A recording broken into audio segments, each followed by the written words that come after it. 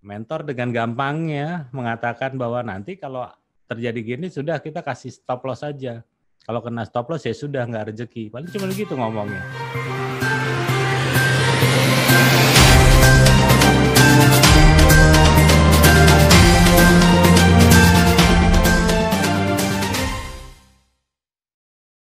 Baik, Bapak dan Ibu semuanya, tentunya kita sudah tahu bahwa kalau kita trading itu kadang-kadang kita mempunyai masalah, apalagi kalau masih baru di dalam trading. Biasanya newbie menggunakan sistem locking atau hedging. Sebenarnya apa sih hedging itu? Oke, kita mulai saja dari awal ya Bapak dan Ibu. Bapak dan Ibu, kalau ada marketing datang ke Anda, lalu ada juga konsultan datang ke Anda untuk mempromosikan bisnis ini, mereka selalu mengatakan bahwa bisnis ini adalah bisnis yang paling mudah. Harga bisa naik dan turun. Dan menariknya, mereka selalu mengatakan kepada Anda bahwa Bapak dan Ibu bisa untung kalau misalnya harga sedang naik. Tetapi pada saat harga turun pun Anda bisa untung. Itu semua adalah trik dari semua marketing di bisnis ini. Semua konsultan di bisnis ini. Dan lebih parahnya lagi, biasanya mentor juga dengan gampangnya mengatakan kalau misalnya salah, di lock saja gitu, di hedging saja. Sebenarnya kita harus mengerti dulu hedging itu apa, dan baru kita akan bahas ini lebih lanjut. Bapak dan Ibu, di dalam setiap kita berbisnis, kita harus tahu apa yang namanya risk management atau manajemen risiko. Di dalam trading pun kita pasti mempunyai apa yang namanya risk management. Sebagai contoh adalah pada saat kita membeli, tiba-tiba kita berharap harga itu akan naik terus. Dan ternyata harganya tidak naik, justru tidak sesuai dengan harapan, yaitu harganya turun. Apa yang harus kita lakukan? Yang kita lakukan adalah membatasi kerugian. Itu adalah jawaban klasik sebenarnya. Bagaimana cara membatasi kerugian? Biasanya mereka mengeluarkan beberapa jurus yang namanya yang pertama, apabila kita lagi buy lalu harganya turun, sudah cut loss saja supaya kita tidak terlalu banyak ruginya. Jadi risk management yang pertama yang diperkenalkan di dalam bisnis ini adalah kalau salah cut loss saja. Lalu yang kedua, kita buy lalu kita berharap harga naik, ternyata harga turun, yaitu masuk risk management yang kedua, yaitu kita buy lagi, namanya averaging. Nanti pada saat harga itu sudah naik di tengah-tengah antara buy awal dan buy yang nomor 2, mau tidak mau kita sudah ada break even point, dan kalau ada kenaikan sedikit saja kita sudah bisa untung, dan lalu kita akan keluar dengan keadaan profit walaupun cuma sedikit. Lalu diperkenalkan juga yang ketiga, yaitu pada saat kita buy ternyata harganya turun, kita lakukan open posisi lagi, namanya di hedging, namanya di locking. Jadi kita punya open buy, lalu harga turun kita langsung open sell dengan jumlah yang sama. Dan yang terakhir, mereka juga memperkenalkan apabila kita buy lalu harganya turun, langsung dibuat sell, open sell 2 kali lipat dari volume yang pertama, namanya switch. Bapak dan Ibu, semua itu sebenarnya hanya teori. Pada prakteknya Anda berani melakukan itu? Sepertinya enggak. Mentor dengan gampangnya mengatakan bahwa nanti kalau terjadi gini sudah kita kasih stop loss saja. Kalau kena stop loss ya sudah nggak rezeki. Paling cuma begitu ngomongnya. Tapi pertanyaannya adalah, setelah dia melakukan 3 kali kena stop loss, pertanyaannya adalah masih berani nggak open position yang berikutnya? Pasti nggak akan berani. Lalu akan mencari lagi metode yang lebih baik. Apabila ini dilakukan terus, maka tentunya ini menimbulkan suatu kerugian karena equity terus tergerus pada saat Anda melakukan locking. Bapak dan Ibu, kalau Anda melihat di Google, ini adalah kriterianya. Locking atau hedging adalah strategi di mana kita melakukan transaksi untuk mengunci atau mengamankan kerugian atau keuntungan yang kita miliki dari fluktuasi harga yang berlangsung. Bapak dan Ibu, sebenarnya apabila kita locking itu adalah untuk mengamankan. Pada saat mengamankan, jangan lupa harusnya dibuka. Permasalahannya lah kadang-kadang kita locking, kita nggak bisa bukanya. Bagaimana cara bukanya gitu loh.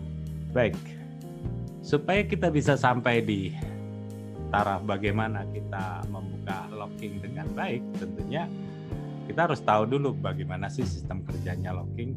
Dan biasanya ini banyak sekali diperkenalkan oleh konsultan atau mentor atau marketing di dalam bisnis ini pada saat mereka salah open posisi. Dan biasanya ini lebih banyak di prakteknya dibandingkan dengan promosinya. Jadi pada saat bisnis ini dipromosikan, Anda mempunyai cerita bahwa kalau kita buy, harga turun, kita bisa lock aja dulu. Kenyataannya sulit sekali melakukannya. Dan apabila ini sudah Anda lakukan, tentu Anda akan bertanya bagaimana cara membukanya. Baik, Bapak dan Ibu, ini adalah contoh locking. Kita akan ambil dari pair GBP USD misalnya. Pada saat harga 1.2693 kita lakukan buy. Ternyata harga itu turun gitu ya. Karena saking ketakutannya dan tidak mau cut loss, lalu kita akan lakukan open sell di 1.2420. Tapi setelah itu apa yang terjadi? Harga turun, tapi kita nggak buang open sell-nya, lalu harga naik dan sekarang ada di tengah-tengah. Ujung-ujungnya buy-nya nggak untung, sell-nya juga nggak untung. Dan kalau kita lihat dari grafik ini, dari open ini, maka apabila ini dilakukan satu lot itu sekitar kerugiannya sekitar 2.730 US dollar, atau kalau 0,1 sekitar 273 US dollar. Kalau 0,01 ya paling cuma 27 dolar ya. Ini adalah karena buy-nya rugi sekitar 1.100-an dan sell-nya rugi sekitar 1.500-an. Bapak dan Ibu, ini sebenarnya adalah suatu keputusan yang menurut saya kalau untuk para newbie, kecuali Anda udah punya jam terbang tinggi, silakan saja Anda melakukan locking karena Anda tahu kapan akan membukanya. Tapi kalau pemula dikasih locking, disarankan oleh konsultannya untuk locking, ada baiknya Anda tidak perlu locking. Kenapa? Karena pada saat Anda melocking, itu sebenarnya Anda sudah melakukan cut loss. Kok bisa kayak gitu ya, Riz ya? Oke. Kita masuk ke slide berikutnya. Kita ambil suatu contoh. Ini adalah contohnya. Kita punya buy di harga 100. Lalu harga turun sampai ke level 50. Lalu kita open sell di harga tersebut. Apa yang terjadi? Yang terjadi adalah Anda punya minus 50 sebenarnya. Jadi pada saat harga di tengah-tengah, Anda punya minus 50. Nah, sekarang kita lihat slide berikutnya. Pada saat harganya di 150, yang bawah, yang sell, kita minus 100. Lalu yang buy juga, kita punya positif 50. Ujungnya masih tetap harga di minus 50. Dan slide berikutnya coba diperhatikan. Kalau harga turun sampai 25, maka harga buy-nya minus 75, harga sell-nya positif 25, ujung-ujung minus 50 juga. Bapak dan Ibu, inilah yang dipromosikan. Ini yang dipromosikan oleh mau seluruh marketing ke IB ke mentor ke sama aja. Pokoknya kalau udah locking aman, ruginya cuma segitu-gitu aja. Bapak dan Ibu sebenarnya enggak ya. Coba Bapak Ibu lihat kembali pada saat kita punya buy dan kita punya sell, itu kerugian bisa 50, bisa lebih kecil dari 50 atau bahkan lebih besar walaupun Anda melakukan locking. Mengapa demikian? Bapak dan Ibu perlu harus perhatikan kembali, kita berbicara masalah tradingnya tidak mempunyai spread yang fix. Ingat ya Bapak dan Ibu, pada saat kita trading di suatu broker yang fair tentunya, itu tidak ada spread namanya fix. Fix 20 pips gitu ya, fix 25, pasti dia bentuknya adalah floating spread.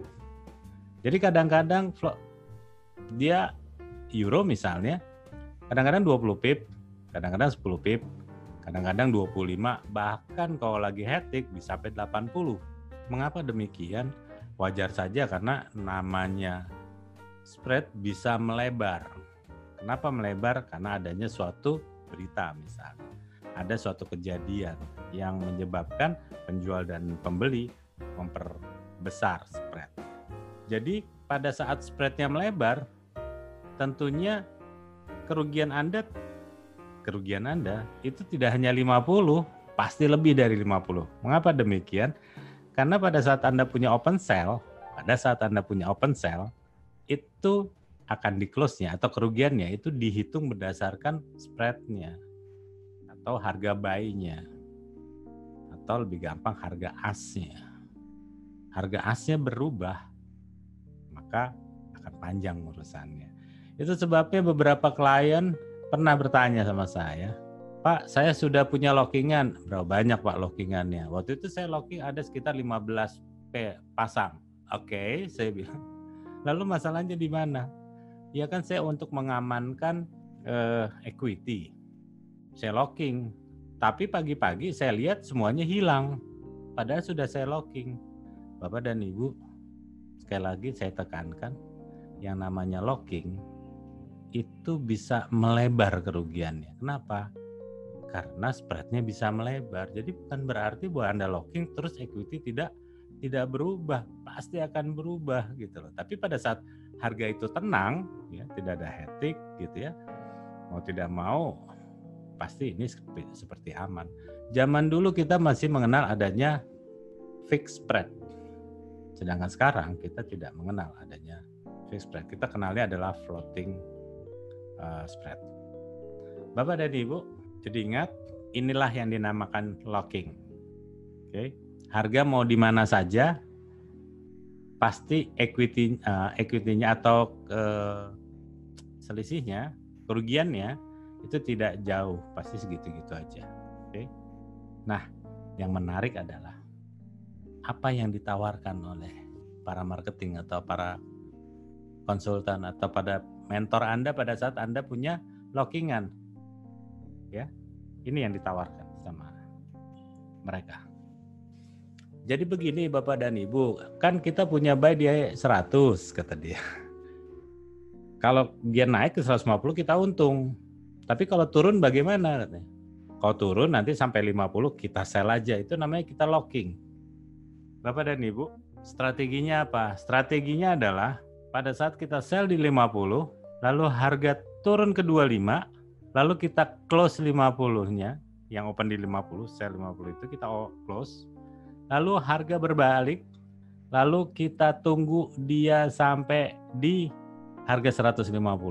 Artinya yang sell profit 25, yang buy profit 50. Ujung-ujungnya kita akan profit 75. Ini yang ditawarkan, ini penyelesaian yang ditawarkan oleh marketing, selalu begini. Pertanyaan saya adalah pada saat kita buka sell-nya, kita close sell-nya, harga turun terus gimana? Pasti mereka akan locking kembali, itu syarat. Akhirnya apa? Lockingan kita yang tadinya cuman 50 itu bisa melebar jadi 100. Lalu nanti untung kita buka lagi sell-nya, kita tahan buy-nya, nggak tahu dia turun lagi, kita lock lagi. Dan ujung-ujungnya balance-nya bertambah, equity kurang terus, dan ujung-ujungnya mereka pasti minta injek sama Anda. Ya sebentar katanya. Apa perbedaan balance sama equity? Bapak dan Ibu, minggu depan saya akan bahas masalah apa perbedaan balance sama equity. Karena apabila Anda tidak mengerti perbedaan balance sama equity, tentunya marketing Anda atau konsultan Anda atau mentor Anda ketawa yang mempunyai affiliate sama broker. Menang banyak mereka. Kenapa? Karena mereka akan mendapatkan suatu lot yang banyak. Kita bahas ya di minggu depan apa bedanya balance sama equity. Baik, kita lanjutkan. Ini adalah selalu yang ditawarkan sama mereka. Dan intinya Bapak dan Ibu perlu ketahui bahwa ini sebenarnya tidak semudah yang Anda lihat. Kita buka sell-nya harga makin turun. Kita lock lagi. Tapi itu sudah melebar. Yang tadinya cuma minusnya cuma 50 itu bisa jadi 100. Kita buka lagi selnya karena untung, ternyata harga masih turun, kita ketakutan, kita lock lagi. Dan segitu seterusnya. Sampai equity kita habis dan tentunya harus akan di top up. Sebenarnya ada cara yang lebih elegan sebenarnya. Ini kan beresiko yang seperti ini. Yang bagus bagaimana? Yang bagus adalah kita punya buy di 100. Lalu pas harga 50 kita gunakan stop loss. Jadi minusnya cuma 50. Lalu setelah itu kita lihat arahnya mau kemana. Mungkin dia akan turun terus gitu ya. Setelah kita stop loss hilang gitu ya. $50 ibaratnya cost. Lalu kita biarkan saja sampai harga itu memberikan konfirmasi naik, baru kita buy. Lalu kita tahan misalnya sampai di level 150. Ujung-ujungnya apa? Ujungnya kita beli di 25, kita buang dari 150, ada 125, kurangi 50, 75, sama saja kan? Kalau kita lihat sama slide ini, sama saja yang ditawarkan. Tetapi kalau yang ini yang ditawarkan kepada Anda, secara teori benar. Tapi secara prakteknya Anda bisa lihat sendiri nanti, pasti jarang ada yang berhasil pada saat mau membuka lockingan. Dan apabila ini terjadi, tentunya ini jadi masalah baru. Bapak dan Ibu, kuncinya adalah tunggu konfirmasi. Konfirmasi pada saat harga itu mau berbalik, baru kita open posisi buy lagi yang baru. Kalau salah, ngaku aja, buang. Tentu akan lebih menarik. Terus saya nggak mau buang, gimana caranya? Oke, nanti itu masuk ke dalam sesi yang berikutnya. Kalau nggak mau buang, kalau bagaimana cara menentukan arahnya kok kita bisa tahu konfirmasi, itu ada di sesi selanjutnya. Tapi yang jelas adalah, Bapak dan Ibu, Anda nggak bisa melakukan locking jika Anda tidak tahu kapan harus membukanya. Tunggu konfirmasi. Tunggu konfirmasi dari apa?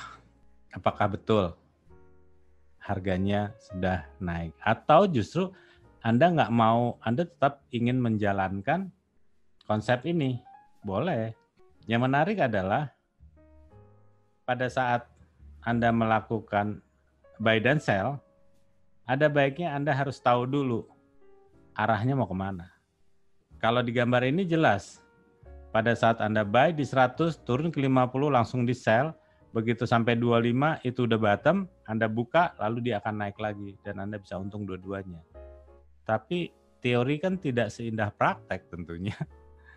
Dan yang menarik harusnya Anda mulai berpikir, ya, kita semua berpikir bahwa buy sama sell ini sebaiknya tidak dihitung. Buy ketemu sell itu Anda udah nggak punya open posisi sebenarnya, jadi buang aja. Sebaiknya Anda lakukan seperti ini. Tapi kalau Anda nggak mau lakukan seperti ini, nggak apa-apa. Ada buy, ada sell, harga mau kemana? Harga mau naik, buang sell-nya. Ingat ya Pak? Harga mau naik, buang sell-nya. Harga mau turun, buang buy-nya. Walaupun harganya ada di bawah harga sell. Ingat ya Pak? Kita punya buy, kita punya sell. Harga turun, dan turun terus, dan turun terus. Kita belum melihat adanya pembalikan untuk dia naik. Buy-nya yang dibuang, tahan sell-nya. Tapi kita biasanya nggak melakukan itu. Yang kita lakukan, sudah profit, diambil. Karena kita nggak pernah mau kalah. Untuk itu, saya hanya bisa melihat bahwa inilah yang terjadi. Ini yang terjadi. Yang pertama adalah tipenya tipe flash. Gambar ini dari member kami di Oracle, pagi-pagi kirimin saya seperti ini. Lalu saya coba untuk jadikan alat presentasi, karena ini menurut saya bagus. Ada orang yang kepingin cepat, hari ini beli, hari ini juga jual gitu. Ini yang mereka bilang kayak scalpingan. Scalpingan kalau betul tentunya. Kalau salah, yang tadinya scalpingan jadi long term. Karena kalau scalpingan itu kita buy, untung sedikit harus dibuang. Buy, rugi sedikit juga harus dibuang. Ini yang harusnya jadi prinsip dari scalping. Bukannya buy, harga naik sedikit kita close, tapi buy, turun banyak kita nggak ngapa-ngapain. Dan ini akhirnya jadi long term. Atau ada juga yang udah jago-jago banget tradingnya, udah kayak Godfather. Dia beli harga naik, dia turun harganya. Dia jual harga turun, dan semuanya kepingin seperti ini tentu. Tapi ada juga yang seperti tradingnya seperti Hachiko. Hachiko ini anjing yang sangat setia gitu ya. Pokoknya setia, nunggu sampai untung deh. Kalau belum untung dia mau nggak close gitu. Ada yang seperti ini. Dan ada lagi yang tipenya kayak beruang. Pokoknya lagi turun baru beli. Pas naik jual gitu. Selalu kayak gitu. Tapi yang terbanyak ya, yang terbanyak ada yang tipenya kayak sultan. Kalau beli mahal, kalau jual murah. Duitnya banyak, berasa seperti sultan tradingnya. Harga naik di buy gitu kan, harga turun lagi sell langsung. Judulnya locking akhirnya. Bapak dan Ibu, trading itu memang berbahaya. Sehingga kita perlu suatu sistem trading yang baik. Jangan pernah melihat orang yang trading dengan selalu profit, dan kalau di sana kita lihat ada lotnya gede-gede gitu ya, modalnya sedikit tapi masuk open lotnya besar-besar, buat saya itu adalah trader yang sangat berisiko. Jangan pernah melihat mereka, karena mereka juga tidak akan pernah bertahan lama dan konsisten. Kira-kira seperti itu.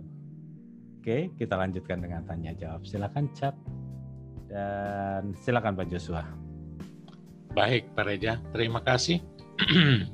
Sungguh jelas sekali pembahasan yang sudah Bapak paparkan mengenai bagaimana cara buka locking. Karena di sana juga Bapak mengetengahkan atau menjelaskan mengenai apa sih alasan atau di balik orang melakukan locking itu apa gitu. Ada yang tadi Bapak bilang karena disarankan oleh konsultannya, disarankan marketingnya, ada yang karena tidak terlalu memahami, ada yang kurang lengkap memahami, bisa locking tapi kadang-kadang nanti bingung untuk bukanya dan lain sebagainya. Ya, terima kasih Pak Reza, dan kita akan segera masuk dalam sesi tanya jawab. Silakan untuk Bapak Ibu yang sudah siap dengan pertanyaannya dapat menchat kami atau lewat Q&A. Kami akan bacakan pertanyaan Bapak Ibu supaya nanti di sesi 2 pertanyaan yang lebih private mengenai kasus-kasus yang sedang terjadi, yang sedang Bapak Ibu hadapi dalam transaksi sekarang. Untuk sesi 1 ini kami batasi hanya yang berhubungan dengan tema saja. Baik, selamat sore Pak Sembiring. Ini pertanyaannya bagus. Yaitu pada saat kita open posisi sebaiknya menggunakan time frame berapa? Bapak, kalau kita lihat dari semua, kalau ini kan teknikal ya, larinya teknikal. Dari semua teknikal yang ada, mau pakai indikator, mau nggak pakai indikator, mau dari zaman abad ke-18, zamannya Mohina Homa, itu mereka melihatnya pergerakannya harian. Kalau toh kita lihat juga rumus-rumus stokastik, mau pakai MACD, mau pakai apapun itu, kita pasti melihat apa? Kita pasti melihat yang namanya time frame harian. Semua metode statistik yang ada, mereka buatnya harian. Dan dari situ biasanya baru ditarik ke H4 atau ke H1. Ada baiknya Bapak mulai menganalisa itu menggunakan time frame berapa. Katakanlah pada saat menggunakan time frame D1. Tentu Bapak akan close-nya juga ya, ambil profitnya itu juga dari time frame D1 misalnya. Tapi kalau Bapak menganalisa pakai H1, Bapak akan lebih baik menggunakan exit-nya juga menggunakan H1. Tapi Bapak tentunya Pak Sembiring sudah tahu ya, risiko menggunakan daily itu biasanya itu mempunyai jangka waktu sekitar 3 sampai 6 hari, seminggu lah menggunakan daily. Tapi kalau menggunakan H4 tentunya efeknya dapat 1 hari sampai ke 3 hari. Dan apabila kita menggunakan time frame H1, efeknya itu bisa sekitar 6 jam sampai 24 jam. Jadi entry dan exit-nya disesuaikan saja. Jadi mau tidak mau pada saat kita menggunakan time frame, misalnya kepingin scalping pakai M5 gitu ya, keluarnya juga pakai M5 Pak. Kadang-kadang kan kita aneh kalau scalping pakai M5, tapi kalau ke floating kita berubah jadi H4 gitu. Jangan Pak, pada saat kita entry pakai daily, kita akan tunggu konfirmasi daily juga sampai selesai. Oke, terima kasih Pak Joshua. Oke, terima kasih Pak Joshua. Kalau kita berbicara masalah locking, ini tentunya kalau Bapak minta advice-nya sama konsultan tersebut dan konsultan tersebut lalu mengatakan locking dan Bapak lakukan locking juga, cara bukanya sebaiknya nanya beliau ya Pak ya, jangan nanya saya kan jadi pusing nantinya. Jadi begini, apa sih yang membuat itu menjadi sulit? Sebenarnya menjadi sulit ya arahnya dia mau balik ya atau mau lanjut. Jadi kita berbicara masalah arah besarnya. Pada saat kita nge-buy lalu harga turun dan kita mulai takut, kita lakukan sell. Di situ sebenarnya kita udah mulai takut. Ini yang repot nih, trading kok takut gitu loh. Trading kok nggak pakai trading plan gitu. Trading tapi nggak punya rencana gitu. Nah kalau nggak punya rencana ini repot. Jadi sebaiknya Bapak dan Ibu apabila trading ada baiknya Bapak dan Ibu mulai menggunakan yang namanya trading plan. Yaitu pada saat saya nge-buy, lalu harga sesuai dengan harapan, maka saya akan berikan take profit di level sekian. Tetapi kita juga harus buat trading plan, yaitu trading plan B atau perencanaan yang B-nya. Yaitu pada saat kita buy, ternyata harganya tidak sesuai dengan harapan, maka saya bisa lakukan stop loss di level sekian, atau justru saya mau di average tambahin buy lagi di level sekian, atau justru kita lakukan locking sementara di level sekian, atau bahkan pada saat menyentuh level tertentu kita lakukan cut and switch, di cut lalu kita balik badan. Nah keputusan ini sebenarnya harus dibuatnya itu di awal, bukannya di akhir pada saat kita sudah ada open posisi. Kalau kita ada open posisi kita akan sulit lakukan. Sebenarnya ini akan kita bahas di sesi kedua, di mana bagaimana sih cara trading yang baik, apakah hedging itu perlu atau tidak. Karena pada prinsipnya frekuensinya harus sama, dasarnya harus sama dulu. Karena kalau kita trading lalu kita juga nggak tahu resikonya di mana, itu repot. Bapak dan Ibu, apabila kita mulai berani berbisnis, tentunya kita berani menanggung resiko yang terjadi. Dan pada saat kita sudah memutuskan untuk open posisi, itu juga kita harus punya suatu plan A dan plan B. Nah, apabila dari uangnya nggak cukup, lalu kita juga nggak punya planning, pasti kita akan mempunyai kesulitan dalam beberapa waktu ke depan, equity kita pasti akan habis. Terima kasih. Sebenarnya kalau buat saya bukan itu ukurannya. Ukurannya adalah support dan resistance. Kalau saya nggak suka hedging ya Pak, karena hedging buat saya ribet gitu. Tapi kalau Bapak mau locking juga nggak apa-apa. Contoh, Bapak lagi buy, ya. Lalu tiba-tiba harga turun, dan turunnya menembus support. Begitu supportnya di break, Bapak sebaiknya lakukan locking. Karena saya juga nggak tahu Bapak buy-nya di mana, supportnya di mana. Karena yang saya tahu adalah sedekat mungkin dengan support kita nge-buy-nya, dan sedekat mungkin dengan resisten pada saat kita nge-sell. Nah tentunya pada saat level-level itu dilewati ada baiknya Bapak mulai locking. Jadi bukan pakai persentase ya Pak ya, tapi pakai support resisten. Baik, Bapak udah sering main transaksi di saham, tandanya Bapak sudah mengerti trading. Bagaimana trading? Bedanya saham itu menggunakan leverage 1:1, sedangkan di forex itu 1:100. Resikonya akan jauh lebih besar dibandingkan dengan trading saham. Walaupun kalau kita lihat saham sekarang itu nggak ada juga yang bagus. Dana reksa pun rata, yang katanya manajer investasi terbaik di Indonesia rontok. Fund manager yang katanya mulai dari perusahaan besar sampai perusahaan kaleng-kaleng rata semuanya. Kita nggak bisa bilang bahwa mereka nggak jago, tetapi kalau menurut saya bagaimana Hansen ngelola uang, lalu kooperasinya Indosuria ngelola uang, buat saya mereka bukan manajer investasi yang bagus. Kenapa?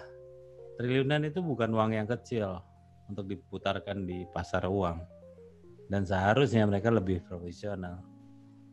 Bagaimana mereka bisa lakukan suatu kesalahan? Perbedaannya bagaimana dengan Oracle? Kita akan jawab di sesi berikutnya. Sekitar 1-2 menit dari sekarang. Mengetahui tren ya Pak ya. Mengetahui tren itu bermacam-macam Pak. Bapak bisa menggunakan analisa fundamental, Bapak bisa menggunakan analisa technical. Yang bagus yang bagaimana? Yang Bapak harus bisa gunakan keduanya. Karena orang fundamental tanpa technical, entry-nya mau di mana Pak? Orang technical tanpa fundamental, buat saya itu hanya trader profesional, tetapi dia jongkok di depan tembok. Dia nggak bisa lihat jauh ke depan. 1-2 menit lagi saya akan bahas masalah bagaimana cara fundamental dan teknikal bekerja seharusnya. Sehingga tradingan Bapak nanti jauh lebih baik. Selamat sore Pak Yohanes. Yang terkecil sebenarnya nggak usah Bapak menggunakan modal ya kalau dalam bisnis ini. Pada saat Bapak belajar gunakan saja, sebenarnya Bapak gunakan aja Kondemo. Pada saat Bapak menggunakan Kondemo tentu ini jauh lebih nyaman karena Bapak nggak akan kehilangan uang sedikit pun. Bisnis ini menyediakan itu dan ada baiknya kita gunakan itu. Banyak orang mengatakan bahwa kalau pakai Kondemo adrenalinnya nggak ada gitu. Buat saya ini bukan masalah judi gitu. Kalau judi kan pakai adrenalin Pak. Ini kan mengetes suatu adanya metodenya cocok apa enggak, benar apa enggak gitu loh.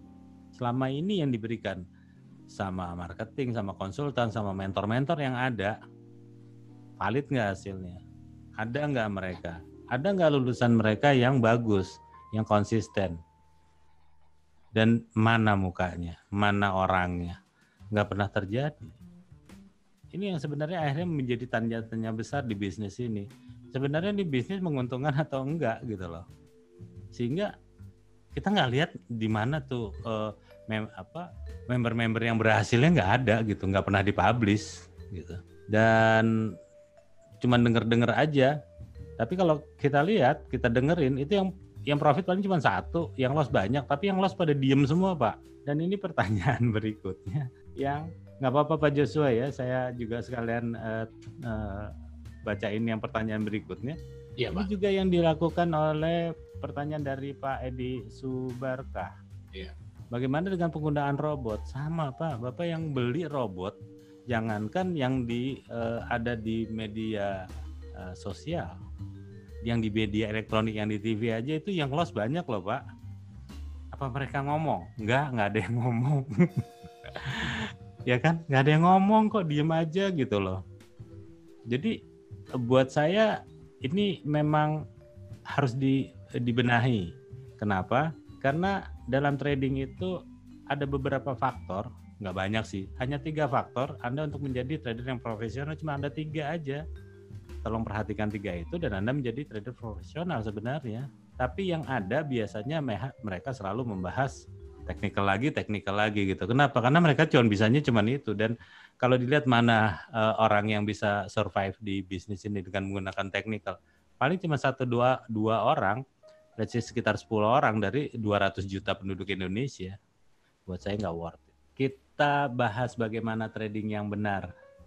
Kalau saya gunakan teori, Anda pasti nggak ngerti. Kenapa nggak ngertinya? Bukan Anda stupid, nggak. Anda udah banyak bekerja dari pagi sampai siang, lalu siang ini kita ketemu, lalu kita ngomongin teori gitu, mati kayaknya ya. Ada baiknya kita ngobrol-ngobrol aja, santai-santai aja gitu. Kalau ada pertanyaan langsung aja diketik. Dan gak usah ragu-ragu, kenapa saya akan cuma masukkan logikanya saja, bahwa trading itu gampang, tapi tidak untuk semua orang. Ingat ya Pak, saya garis bawahi lagi. Trading itu mudah, tapi tidak untuk semua orang. Kita udah tahu bahwa Corona 2019 akhir menyerang di China, lalu dikirim ke Iran, lalu masuk ke Eropa, langsung menghantam Amerika. Saat ini Amerika adalah negara terbesar terinfeksi virus COVID-19 ini. Permasalahannya, virus ini nyampe juga di Indonesia. Indonesia tentunya dengan penduduk yang hampir sama dengan Amerika, kita juga mulai melihat adanya kenaikan penyebaran virus corona ini. Ini yang menyebabkan akhirnya pemerintah juga bingung bagaimana cara mengatasinya. Tetapi bukan hanya pemerintah Indonesia saja, seluruh negara juga bingung. Jadi teorinya sih nggak usah ngeluh ya. Kenapa? Karena virus ini hanya bisa diatasi pada saat kita mempunyai kekebalan yang cukup baik. Virus ini bisa hidup, saat ini sudah bermutasi, bisa hidup di udara dalam waktu 1 atau 2 jam. Dan pada saat dia tidak bertemu dengan inangnya, dia akan mati. Tapi permasalahannya adalah pada saat dia bertemu dengan inangnya, dia pasti akan lama. Kita tentunya melihat bahwa apabila ini terjadi, apabila ini terjadi terus, suka tidak suka, mau nggak mau gitu ya, yang terjadi adalah semua kegiatan itu akan berhenti. Kecuali apa? Kecuali satu, semua kegiatan yang online. Yang kedua, semua kegiatan yang berurusan dengan bisnis alat-alat kesehatan. Ini pasti semuanya akan membaik, pertanian juga dan pertambangan. Tapi selain itu, dan semuanya akan berhenti. Karena kita nih lebih banyak penduduknya, itu pekerjaannya adalah informal, artinya kita kerja sekarang, kadang-kadang kita buat makan sekarang. Atau kita tidak mempunyai tabungan yang cukup besar. Atau kebalikannya, uang kita banyak, cuman dalam bentuk aset semuanya. Akhirnya ini yang membawa kita ke dalam suatu cara bagaimana untuk mencari uang dengan cara yang aman di rumah dan segala macamnya. Banyaklah akhirnya marketing yang nawarin bisnis forex.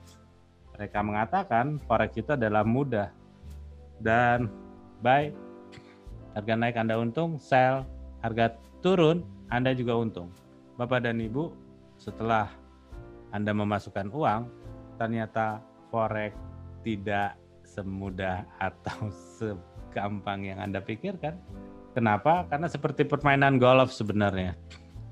Kelihatannya mudah, ada stick, ada kayu, ada tongkat, Anda tinggal pukul aja bola, tapi coba Anda lakukan. Kita bisa keringetan kalau main golf. Kenapa? Karena bukan karena capek jalannya, tapi karena kita pukul bolanya nggak kena. Tapi kita keringetan akhirnya. Bapak dan Ibu, ini yang terjadi. Kadang-kadang orang mengatakan gampang trading itu. Sebenarnya tidak mudah trading itu. Kita perlu disiplin, kita perlu matematika yang baik, kita perlu ilmu ekonomi yang baik, dan terakhir kita perlu ilmu metode statistik yang baik. Terus jadi semuanya sulit dong? Enggak, tentunya ini bisa diramu dalam suatu yang sangat sederhana. Dimana kalau kita lihat ilmu matematika yang dipakai adalah dipakai cara menghitung money managementnya. Kadang-kadang banyak sekali, mau itu konsultan, lalu mau itu trader, investor trader, atau manajer investasi. Manajer investasi itu sebenarnya juga aneh kalau saya lihat ya. Manajer investasi itu mereka juga nggak bagus money managementnya. Jadi dengan sistem yang ada sekarang, di mana semua manajer investasi seperti, kalau buat saya sih, seperti orang nggak berpendidikan, mau itu lembaganya lembaga seperti Sinarmas pun, ternyata mereka nggak bisa kelola uang. Sehingga mereka harus bayar tuh kasus-kasusnya. Kalau nggak mereka kena tuh kasus Jiwasraya. Apapun itu, memang bukan kesalahan Beni Cokro, tapi intinya cuma satu, mereka punya money management yang kurang baik kalau menurut saya. Money management adalah bagaimana cara menghitung dengan modal yang ada, uang itu cukup terus walaupun harga itu turun naik. Sama seperti Bapak dan Ibu bisa memanage sehingga Bapak dan Ibu sekarang punya rumah. Memanage uang, Bapak dan Ibu sekarang punya mobil dan mensekolahkan anaknya mulai dari SD sampai ke tingkat kuliah, mungkin di dalam atau luar negeri. Kalau menurut saya itu karena Bapak dan Ibu bisa mengatur semua keuangannya dengan baik. Kalau tidak gimana? putra-putri kita pasti putus di tengah jalan karena kita nggak punya tabungan. Bapak dan Ibu, kalau kita bisa memanage uang, di dalam trading pun harusnya sama. Kalau enggak, tentunya Bapak dan Ibu kita bisa lihat, ini yang sebenarnya yang terjadi. Jadi kalau kita lihat gambar ini, trader pemula pasti nggak akan lama, dia pakai akan habis uangnya. Hanya 1 langkah, 2 langkah, 1 minggu, 2 minggu, 1 bulan, 2 bulan, uangnya pasti habis. Dan yang expert itu agak lama dikit, puter-puter 3 bulan, bulan keempat habis sama modal-modalnya sama untung-untungnya. Kenapa? Karena money managementnya nggak bener. Saya kadang-kadang suka bingung, ada orang trading gold misalnya di harga ini, modalnya sama pada saat dia trading gold di harganya waktu di 1.600. Hari ini udah 1.800 Pak. Kenapa punya modalnya sama? Udah gitu lebih parahnya lagi, kita trading gold, lalu kita juga trading pound sterling misalnya, tapi modalnya juga sama. Saya agak nggak ngerti karena begini, logikanya setiap pair itu mempunyai perhitungan yang berbeda, modal yang berbeda. Kita cek, ada handphone nomor 1, 2, 3, 4, 5 masing-masing. Yang nomor 1 adalah mereknya Samsung, yang kedua Apple, yang ketiga ada Huawei, yang nomor 4 ada Xiaomi, dan nomor 5 adalah Lenovo. Bapak dan Ibu kalau mau jualan handphone ini, pasti modalnya beda-beda. Mungkin yang handphone Apple mungkin lebih mahal, lebih banyak modalnya dibandingkan dengan Xiaomi misalnya. Ini anggap saja ini adalah pair gitu ya. Ada gold, ada euro USD, ada GBP, semuanya pasti modalnya beda-beda. Tapi yang terjadi Anda lakukannya hal yang sama. Ada suatu perhitungan internasional yang perlu Anda ketahui. Dan pada saat itu terjadi, Anda nggak pernah akan loss. Gimana ceritanya akan loss? Terus saya nggak percaya. Bapak dan Ibu, kita akan duduk 1 sampai 1,5 jam. Saya akan bukakan bagaimana cara menghitungnya. Dan apabila Anda loss tentunya, atau habis, tentunya kami akan ganti. Kenapa bisa terjadi? Pada saat Anda menguasai money management, semua akan terlihat mudah dan gampang. Bukan metodenya yang kami cari di depan, tapi perhitungannya harus benar. Kira-kira seperti itu. Bisnis perlu uang yang optimal, bukan sekedar metode dan keberuntungan. Setelah keuangannya benar, hitungannya benar, lalu kita masuk ke dalam level yang arahnya itu ya pasti menggunakan, otomatis kita menggunakan suatu berita, suatu fakta. Bapak dan Ibu, fakta inilah yang menyebabkan grafik itu bergerak. Di awal saya itu mengambil contoh masalah virus corona masuk ke Indonesia. Dari virus corona itu adalah faktanya. Faktanya virus sudah masuk. Anda mau usir bagaimanapun nggak bisa. Akhirnya apa? Akhirnya yang terjangkit harus masuk rumah sakit. Pada saat dia masuk rumah sakit, pasti didata kan Pak? Ada datanya. Besoknya ada lagi yang terjangkit, ada lagi datanya. Apabila data hari ini, bulan kemarin, dan saat ini, minggu kemarin, dan seterusnya kita sambungkan, itu pasti akan terjadi grafik. Bapak dan Ibu, Anda lihat, faktanya corona masuk, lalu banyak orang yang sakit, dan yang sakit didata, datanya itu akhirnya bisa jadi. Jadi kalau kita trading lihatnya grafik, kalau menurut saya kita lihat ujungnya saja. Kita selalu berbicara masalah harga mau naik apa mau turun ya. Dan tiap hari kita ngeliatin grafik. Harusnya kan kita jangan liatin grafik, kita liatin apakah pemerintah melakukan sesuatu. Kalau pemerintah melakukan social distancing, pemblokan atau karantina atau lockdown atau apapun itu, penyebaran virus tidak akan banyak. Kalau penyebaran virus nggak banyak, datanya turun. Kalau datanya turun, grafiknya turun otomatis, Pak. Tapi kalau pemerintah langsung buka semuanya, tanpa tedeng aling-aling, nggak usah pakai masker dan segala macam ya, social distancing juga nggak perlu. Semua restoran dibuka dan segala macamnya dibuka full 100%. Apa yang terjadi? Terinfeksi tinggi, yang masuk rumah sakit tinggi, datanya meningkat dan grafiknya naik. Artinya apa? Pada saat kita hanya melihat grafik, itu grafik bisa naik dan turun. Tetapi kita bisa mengetahui grafik itu akan naik dan akan turun karena kita melihat, mengerti apa yang dilakukan pemerintah. Kira-kira seperti itulah gambaran antara fundamental sama teknikal. Jadi kalau kita berbicara tiba-tiba, kok goldnya naik, kok goldnya turun, Bapak dan Ibu kita harus tahu dulu kenapa, apa yang melatar belakangi gold. Jadi mau nggak mau, kasus ini sebenarnya adalah kasus pada saat kita hanya melihat grafik, kita sebenarnya seperti orang yang jongkok di depan tembok, hanya berharap gitu loh. Dan ketakutan uangnya habis. Ya walaupun tiba uangnya habis lagi. Nah, buat saya itu adalah perjudian. Dan yang kayak begini diajarkan oleh marketing, diajarkan oleh konsultan, diajarkan oleh mentor-mentor. Dan kalau menurut saya ini adalah suatu penipuan kelas berat. Dan harusnya semuanya itu bisa melihat faktanya. Apa yang terjadi di dunia saat ini, lalu nanti masuk datanya. Ini adalah datanya, Anda bisa lihat bahwa akan ada suatu data ekonomi, suatu negara bagus atau tidak. Bukan ngelihat forex factory itu kan hanya bagian kecil dari data yang ada. Misalnya, kemarin saya sempat ke Bali, saya lihat memang ekonominya kurang bagus di sana. Kenapa? Semua pariwisata hancur.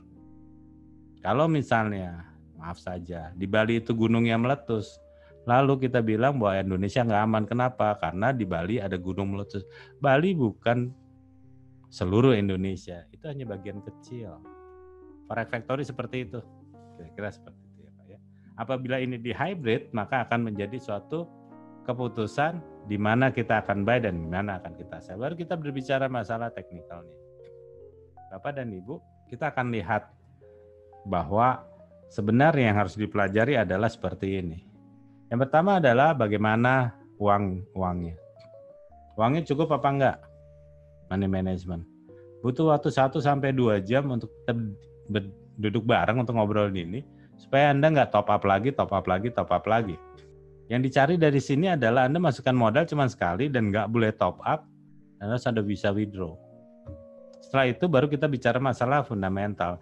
Kita bicara masalah strategi yang diambil oleh para pelaku pasar. Dan ini gampang-gampang saja kalau menurut saya. Dan ini adalah fundamentalnya, arah besarnya mau kemana. Setelah kita tahu arah besarnya mau kemana, buy misalnya, lalu baru teknikalnya kita cari entry-nya di mana dan exit-nya di mana. Semudah itu. Nanti susah race. Enggak juga sih, enggak susah, karena 3 tahun yang lalu saya ketemu sama Patrick. Itu waktu umur 17 tahun, sekarang dia udah kelola uang. Dan dia punya fundamental, teknikal, lebih bagus dibandingkan saya pengajarnya. Lebih dari 200 orang lulusan dari Oracle Strategi, dan Anda bisa lihat siapa mereka. Anda bisa lihat YouTube-nya. Itu yang kadang-kadang saya nggak ngerti orang belajar di mana terus nggak pernah ada gitu loh. Ini yang ngetop malah mentornya. Membernya nggak ada yang tahu di sekolah di mana, nggak jelas gitu. Apakah dia masih untung atau enggak? Lihat saja di YouTube, mereka ada semua. Bapak dan Ibu, ini yang akan kita ajarkan. Anda bisa jadi trader yang baik, Anda bisa jadi investor yang baik, fund manager yang baik, bahkan Anda menjadi pengajar yang baik. Saya lakukan nomor 1 sampai 6 dan sampai sehari ini pun saya masih menulis. Dan tulisan saya tentunya dibayar. Anda bisa lakukan ini tentunya pada saat Anda mengerti bagaimana cara menulis artikel yang baik sehingga bisa dijual. Dan yang menarik adalah saat ini kami sedang mengerjakan proyek Master Trader. Master Trader adalah Anda trading saja dengan baik, dengan benar, biar kami yang cari followernya. Kami sedang mencari followernya. Kami sedang mencari Master Tradernya. Follower kami cukup banyak, puluhan sampai ratusan miliar. Dan kami sedang membutuhkan Master Trader. Mudah-mudahan Anda adalah salah satu dari Master Trader kami. Terima kasih Pak Joshua. Silakan. Bagaimana strategi price action? Saya justru mau bertanya, price action ini kan base-nya itu pasti teknikal, Pak. Sedangkan untuk mencapai teknikal yang baik, itu paling tidak Bapak harus melewati apa yang dinamakan money management dan fundamental. Kalau faktanya sudah bagus, kalau uangnya sudah cukup, ya, lalu faktanya sudah jelas, datanya sudah jelas, itu grafiknya juga pasti jelas, Pak. Jadi kalau menurut saya begini, lebih gampangnya. Semua itu adalah bagian dari technical analysis. Apapun yang terkandung pasti berbicaranya masalah chart. Pertanyaannya adalah price action bagus. Yang lebih bagus apa? Support resisten. Lebih bagus, ya cuman itu aja, Pak. Kalau buat saya, kita hanya berbicara masalah support resisten dan price action. Bedanya di mana, Riz? Bedanya kalau support resisten biasanya itu garis lurus. Tetapi yang namanya supply and demand itu berupa suatu areal. Hanya itu sih sebenarnya Pak ya, nggak beda jauh. Tetapi yang menarik adalah pada saat Bapak ada baiknya Bapak mengerti kenapa harga itu turun. Bapak mengerti kenapa harga itu turun. Karena pada saat Bapak tahu harga itu turun tapi tidak mengerti kenapa harga itu turun, tentunya ini akan memberikan suatu kontribusi keuntungan yang tidak besar. Karena apa? Karena Bapak mulai deg-degan jagain harga gitu ya. Bapak dan Ibu, trading itu sebenarnya harus nyaman dan harus profit. Profit tapi nggak nyaman itu juga percuma. Lalu nyaman tapi nggak profit juga nggak bagus gitu ya. Yang lebih parah lagi nggak nyaman terus nggak profit gitu, itu yang repot lagi. Ini Bapak dan Ibu harusnya mulai lihat lagi. Jadi price action itu sebenarnya di dasarnya dulu harus benar Pak. Money managementnya benar, lalu fundamentalnya benar, silahkan Bapak berlangganan. Dan kalau Bapak kepingin, ya udah Riz, kamu mau berlangganan aja gitu. Yang penting Bapak sudah tahu resikonya. Jangan pernah taruh telur dalam satu keranjang. Kalau mau beli daily signal silahkan saja, tapi nyobanya pakai demo aja Pak. Kita lihat, lebih baik Bapak kehilangan uang untuk berlangganan, tapi tidak kehilangan uang untuk modalnya. Bapak tes saja di demo. Untuk pertanyaan Bapak, kalau money managementnya sudah bagus, oke. Lalu trading plan-nya sudah bagus, oke. Kaitannya dengan price action untuk entry sama exit, Pak. Semua technical hanya untuk entry dan exit. Sedangkan money management untuk menghitung modalnya yang optimal. Nggak boleh terlalu kecil, nggak boleh terlalu besar. Dan modal itu hanya sekali. Dan yang menarik lagi ya Pak ya, pada saat Bapak mengetahui money management, Bapak tidak akan mengenal stop loss. Dan ini yang akan banyak sekali komen di bawahnya. Kok bisa sih profit nggak pakai stop loss gitu? Kami udah lakukan bertahun-tahun. Dan tentunya pada saat belajar di money management rules kami, memang kami tidak gunakan stop loss. Dan ujungnya uang nggak pernah habis. Kenapa bisa seperti itu? Pada saat workshop atau pelatihan kami akan kasih tahu rahasianya. Semuanya kasih tahu ya Pak ya, nggak akan kami simpan. Kira-kira seperti itu. Dan tentunya yang kedua masalah fundamental. Fundamental tuh arahnya Pak. Kadang-kadang kita udah nge-buy di bawah Pak, tapi supportnya jebol. Kadang-kadang kita sudah nge-sell di atas, tapi harga break high terus. Kenapa? Karena kita nggak tahu sebenarnya. Arah marketnya mau kemana. Apakah bullish, apakah bearish, kita nggak pernah tahu. Kalau Bapak cuman hanya melihat grafik. Kalau setiap ada supply pokoknya sell aja Pak. Kalau ada demand buy aja. Kalau itu jebol gimana Pak? Fundamental mengantisipasi itu semuanya. Jadi kita akan tahu bahwa arahnya ke atas. Tapi technical akan memberitahu kepada kita sebenarnya ini belum terlalu bawah. Jadi nanti dia buy-nya, entry-nya harus lebih bawah lagi. Jadi kita tinggal kasih pending buy saja sebenarnya. Buy limit misalnya. Ya. Jadi yang satu adalah modalnya berapa yang harus disediakan, optimalnya berapa, nggak boleh terlalu besar, nggak boleh terlalu kecil. Yang kedua kita tentukan arahnya, pakai fakta, pakai fundamental, pakai berita. Entry-nya gunakan technical. Saya mau pakai price action, boleh. Saya mau gunakan pakai support resistance, boleh. Mau pakai Fibo, boleh. Pakai Elliott, boleh. Fibonacci, boleh. Pak, technical pakai apa aja boleh. Kira-kira seperti itu. Makasih Pak Joshua.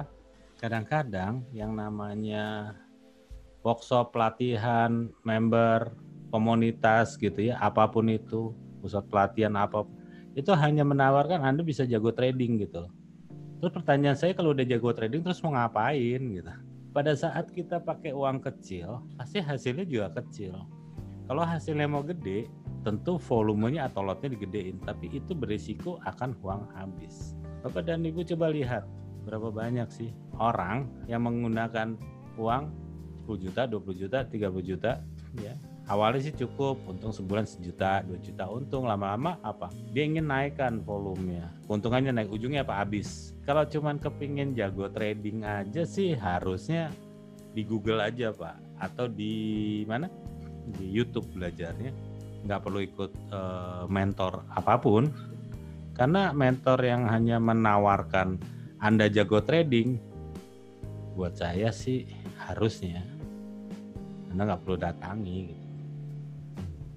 Yang kedua juga harus lihat ada jaminannya nggak, kalau nggak ngerti gimana gitu. Oke, dan lihat juga lulusannya di mana, punya nggak link-link untuk melihat itu semuanya. Bapak dan Ibu, ini adalah program terbaru kami yang akan kami luncurkan pada tanggal 17. Ini kita akan buat suatu program, dan ini memang khusus untuk member-member kami, karena hanya kami yang mengerti bagaimana master ini bertransaksi. Kami nggak akan berikan kepada master-master yang kami sendiri nggak ngerti bagaimana cara menghitung money managementnya, bagaimana mengelola resikonya. Karena follower-follower kami tentunya adalah follower-follower yang mempunyai uang yang cukup banyak, dan tidak semua orang bisa jadi follower, dan ini tidak untuk semua orang, hanya untuk kalangan sendiri. Kira-kira seperti itu. Nah, dari sini Bapak bisa lihat tahapan-tahapannya, dari mulai mereka ikut workshop, lalu mereka masuk, lalu mereka sign up ya. Pada mereka sign up, lalu mereka akan terpilihnya di tanggal 17 akan diumumkan. Selesai seminar ini saya akan ke kantor programmer yang membuatnya atau aplikasi atau perusahaan pembuatnya. Dengan beliau-beliau lah kami akan tentukan ya master-master mana yang akan kami pilih untuk dirilis di tanggal 17. Bapak dan Ibu, tentunya master-master yang kami punya tidak untuk dipublish untuk umum, dan tentunya followernya juga kami tidak publish dengan umum. Tapi nanti kita akan lihat saja 1-2 bulan ke depan, tentunya pasti ada suatu perbaikan ekonomi di setiap member kami. Mudah-mudahan Bapak dan Ibu bisa menjadi bagian dari program Master Trader yang kami buat. Terima kasih Pak Joshua. Jadi kami punya beberapa grup, ada grup yang isinya cuma 20 member, ada yang 30 atau 40 member, ada yang justru 160 member, ada yang sebagian lagi ada 50 member. Nah, Bapak masuk grup yang mana ya? Nanti di sana misalnya Bapak masuk di grup yang 40 member. Nanti Bapak punya konsultan 39 Pak, plus saya. Dan itu Bapak bisa tanyakan kapanpun Bapak mau. Dan yang kedua yang ada, Bapak boleh datang ke kantor kami kapanpun Bapak mau. Ini kadang-kadang kita ngadain pelatihannya aja di Starbucks Pak. Jadi gimana ceritanya kita mau konsultasi sama mentor yang kantornya nggak ada. Bapak dan Ibu coba cek kembali pada saat Bapak dan Ibu mempunyai mentor. Pertama, mentornya ada nggak namanya di Google. Yang kedua, mereka punya kantor nggak. Jangan-jangan kantornya hilang gitu loh. Jangan-jangan memang sibuk orangnya sehingga untuk ketemu mentornya setengah mati gitu. Di telepon nggak bisa, di chat nggak bisa. Saya udah pikirkan itu sehingga saya mempunyai beberapa layer yang bisa membantu Bapak dan Ibu pada saat saya tidak ada di tempat. Tetapi yang jelas kantor kami ada di Menara Imperium lantai 9. Dan kami sudah 10 tahun berkantor di sini. Jadi Bapak dan Ibu nggak perlu takut kalau tiba-tiba kami hilang gitu. Kantor kami buka 24 jam dan kami bisa handle Bapak dan Ibu kapanpun Bapak dan Ibu mau tentunya. Terima kasih Pak Joshua. Pada prinsipnya adalah pada saat Bapak dan Ibu ditawari locking, Bapak dan Ibu harus tahu bagaimana cara membukanya. Cara membukanya adalah kita harus mengetahui jelas arahnya mau kemana. Karena pada saat kita open posisi buy, lalu harga turun kita open posisi sell, itu terkunci. Yang pertama adalah kita harus tahu arahnya mau kemana. Pada saat arahnya mau ke naik tentunya, yang kita buang sell-nya. Gak usah takut equity berkurang, karena yang berkurang hanya balance, equity-nya tidak berkurang. Bagaimana ini bisa terjadi? Minggu depan saya akan bahas masalah perbedaan balance dan equity. Karena akhir-akhir ini banyak sekali marketing, konsultan, mentor ngomongin balance. Buat saya tentunya ini jadi masalah. Kenapa? Karena pada saat Anda berpatokan sama balance, Anda nggak akan pernah kaya. Kita nggak akan kaya pada saat kita trading dengan melihat balance. Bagaimana ini bisa terjadi? Minggu depan kita akan bahas masalah balance dan equity. Dan yang kedua, pada saat Anda buy dan sell, sebenarnya Anda sudah tidak menggunakan posisi lagi. Anda bisa bayangkan pada saat kita membeli barang lalu menjualnya, tentunya kita sudah tidak punya barang itu. Artinya, baik ketemu sell itu sama dengan cut loss. Nah, bagaimana cara menyelamatkannya? Cara menyelamatnya adalah Bapak harus mengikuti aturan main dari trading forex. Yaitu, Bapak harus punya modal yang cukup, hitung-hitungannya yang benar. Lalu yang kedua, Bapak juga harus tahu arah besarnya mau kemana. Dan itu adalah fakta yang bisa dibuat suatu data. Adanya pengambilan keputusan yang tidak berdasarkan fakta dan data, itu buat saya itu adalah suatu hal yang sifatnya judi atau gambling. Nah, perjudian sebaiknya Bapak hindari. Kenapa?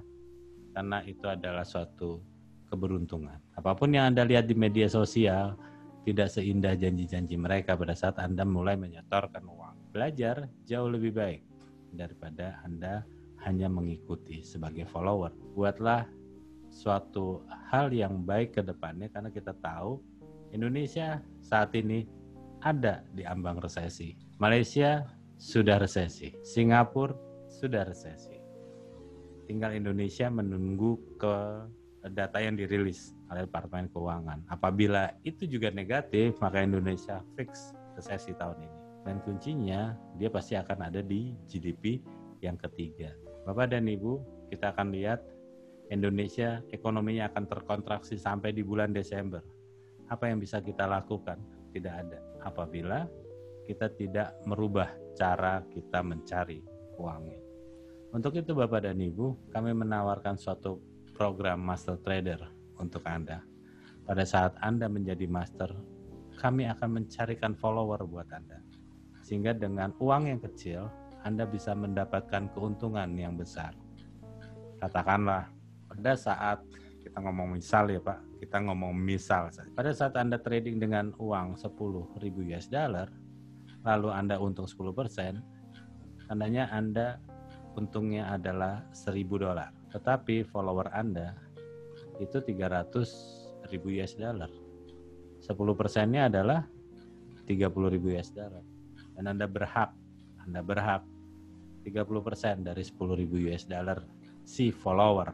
Maka Anda akan mendapatkan uang dari follower sekitar 9.000 US dollar dan ditambah dengan keuntungan Anda 1.000 US dollar. Anda punya keuntungan 10.000 US dollar per bulan pada saat Anda trading dengan baik. Bapak dan Ibu, kami akan ajarkan bagaimana cara Anda trading dengan baik dan serahkan kepada kami untuk mencari follower buat Anda.